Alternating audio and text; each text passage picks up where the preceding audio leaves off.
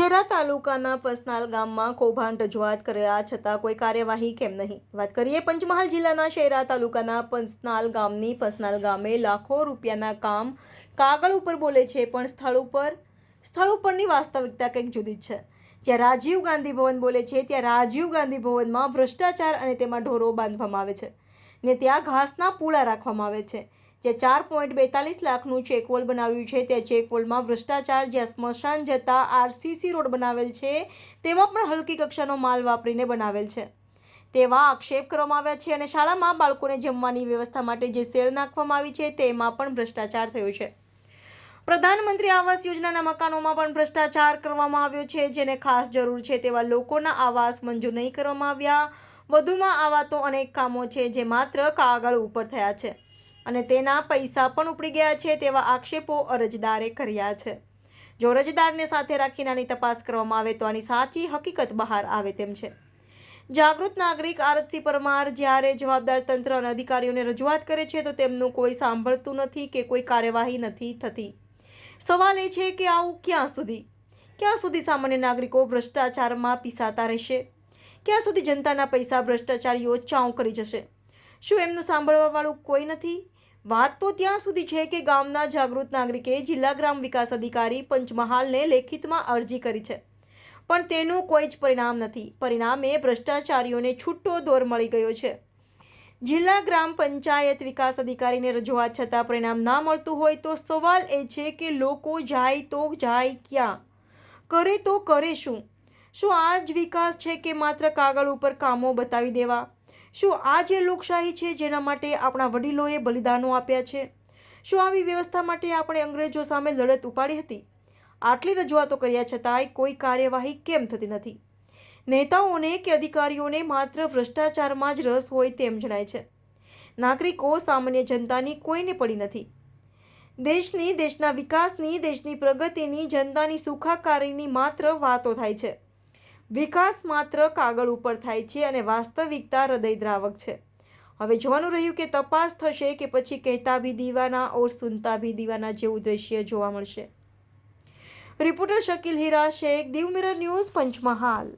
પસનાલ પંચાયતમાં જે પ્રાથમિક શાળામાં બાળકોને બેસવા માટેનો જે શેડ બનાવ્યો છે તે સરપંચ 2 વર્ષ અગાઉ બનાવેલ છે, પણ આડેધડ બનાવી અને પૈસા ઊભા કરી અને પડે એવી હાલતમાં એંગલો છે.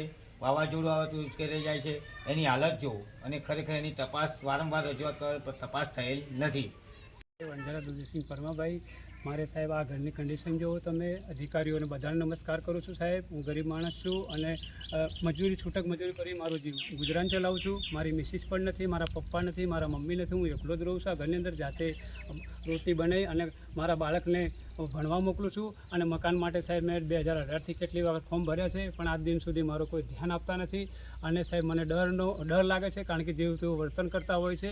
માટે જેમ તેમ કરીને હું સરકારશ્રીને અપીલ કરું છું કે મારું જે તે કંઈ આ ઘટતું કરી અને મને મદદ કરી અને મને આ એક આવાસ આપે, મોદી સાહેબ આપે છે તો એક પ્રધાનમંત્રી આવાસ આપે તો હું ખૂબ ખૂબ ધન્યવાદ માનું છું. અને બીજેપી સરકારની પણ હું બહુ ભલામણ માનું. પણ સાહેબ અહીંયા મારા ગામની અંદર જ બહુ સતાવતા માથા ભારે માણસો હોય છે, એટલા માટે જે તે મને રજૂઆત કરો તો વધારે સારું છે સાહેબ. વણજારા દુલજીસિંહ પરમાભાઈ છે. મારો મોબાઈલ નંબર છે 63 53 48 83 59.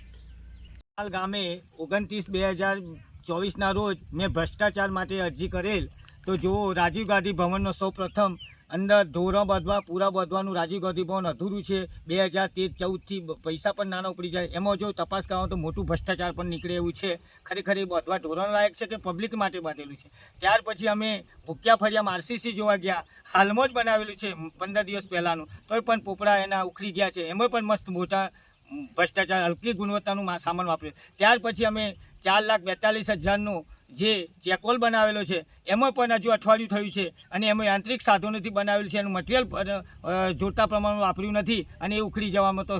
ત્યાર પછી અમે પસનાલ પ્રાથમિક શાળાની અંદર ગયા, ત્યારે બાળકોને બેસવા જમવાનો શેડ છે, એ શેડ તકલાદી હાલતમાં પડી જાય એવી હાલત. વારંવાર રજૂઆત કરી છતાં પણ એનું ધ્યાન નથી. ત્યારબાદ અમે સ્મશાન જ્યાં વણજારા ફળિયાનું ત્યાં આગળ પણ આરસીસી નીચી કક્ષાનું વાપરેલ છે તે પણ ઉખડી જવાનું આવે છે. જો આ ખરેખર અધિકારીઓ સ્વતંત્રે તપાસ થાય અને અરજદારને સાથે રાખી અને એની તપાસ કરે તો મસ્ત મોટું કૌભાંડ બહાર આવ્યું છે. અને આ કૌભાંડની સાથે સાથે અરજદારને સાથે રાખી અને તપાસ થાય અને એ ગુનેગારોની સામે કાયદેસરની કાર્યવાહી થાય એવી મારી અપેક્ષા છે. જો આ ગુનેગારોની સામે તપાસ નહીં થાય અને એની યોગ્ય તપાસ નહીં થાય તો ખરેખર હું ગાંધીજી માર્ગને અપનાવીશ ને રહીશ. તમારું નામ? પરમાર આરસી પર્વતસિંહ પસનાલ કાર્યકર.